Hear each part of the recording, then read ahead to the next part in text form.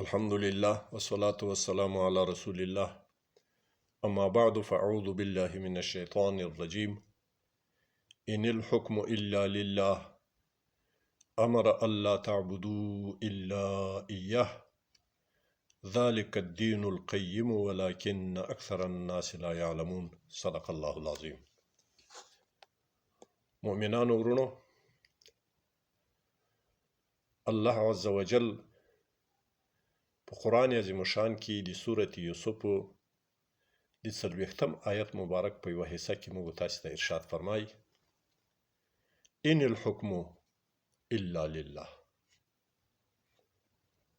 نسته فیصله، نسته حکومت چلول الا لله مگر خاص الله لره ده. د الله فیصلې به چلیږي، د الله حکم به چلیږي او د الله حکومت به چلیږي. حکم د حکومت له مادې څخه ده. حکم او حکومت یو شی ته ویل کیږي. یو دوم امره، الله جل جلاله امر کړی الله تعبدو چې مه کوئ عبادت تاسې انسانانو الا ایاه مگر خاص د الله عبادت کوئ.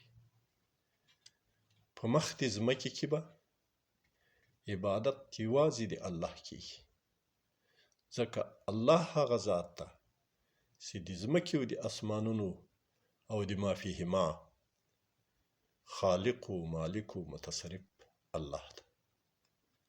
نو عبادت هم د الله حق ده. نو ټول د الله عاجز مخلوق ده او بندگانی دي مملوک دي الله دي، مخلوق دي الله دي. نو هغه د عبادت وړ نه دي. کله چې دا دوه مقصده په مخ د ځمکې باندې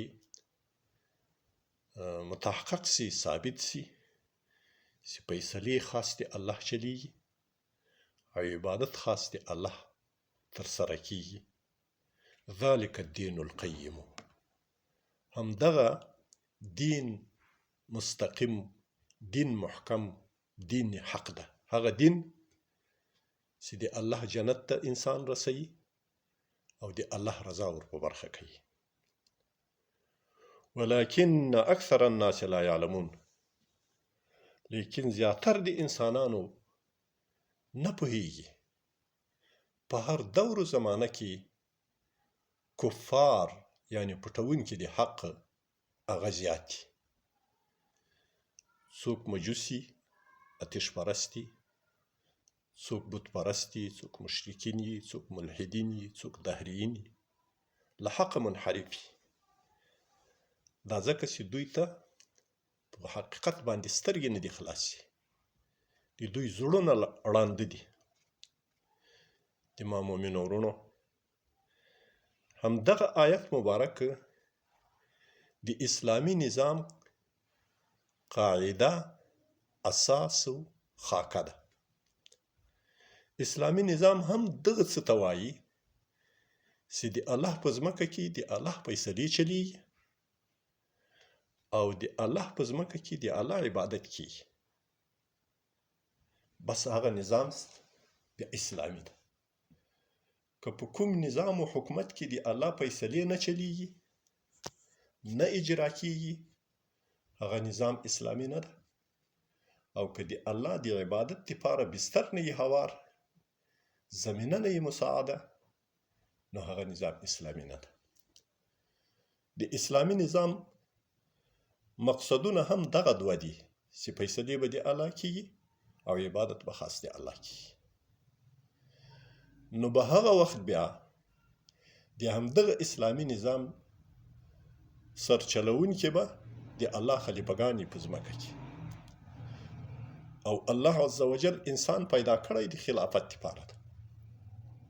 انی جاعل فی الارض خلیفه، دی به خلیفه یې په ځمکه کې، د الله نایب به یې په ځمکه کې. د څه شي نیابت او خلافت به کوي؟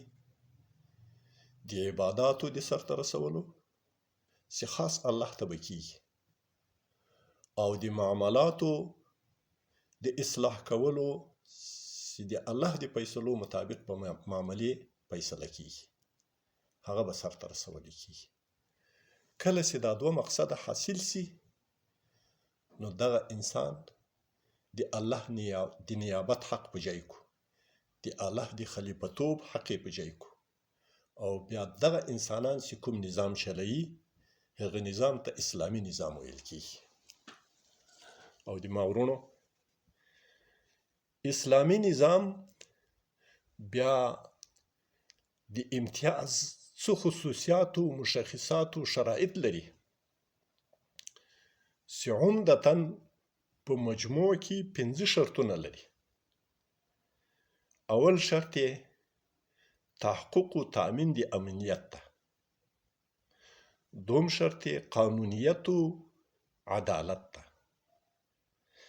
دریم شرط یې مشاورت ده. څلورم شرط یې تعلیم او تربیت ده د انسانانو د الله د بندگانو. او پنځم شرط یې یو مستحکم باثباته اقتصادي نظام موجودول دي. که دغه 5 شرطونه په کوم نظام کې پوره نه وي، په هغې کې په همغه اندازه باندې د اسلامي صبغې او د اسلامي لقب نیمګړتیا ده. که امنیت نه لري اسلامي نظام مکمل نه ده. که قانونیت نه لري، عدالت نه لري، اسلامي نظام مکمل نه ده. که مشوره نه وي پکې اسلامي نظام مکمل نه ده. که تعلیم و تربیت نه وي پکې اسلامي نظام مکمل نه ده. که اقتصاد ونه لري اسلامي نظام مکمل نه ده. اسلامي نظام چې مکملیږي په همدغو 5 شرایطو باندې به ولاړ وي، متکي به وي، او دا 5 شرایط پکې پوره وي. د ما مؤمنانو ورونو د الله په عون او نصرت سره به په دې هر شرط باندې څه ناڅه په تفصیل سره تاسو په حضور کې په خپل وخت باندې زه بیان وکړم. اقول قولي هذا استغفر. د نړۍ هر غافل په اذان ویښوم، زه بلال خوب ولې جهان ویښوم، زه بلال خوب ولې جهان ویښوم.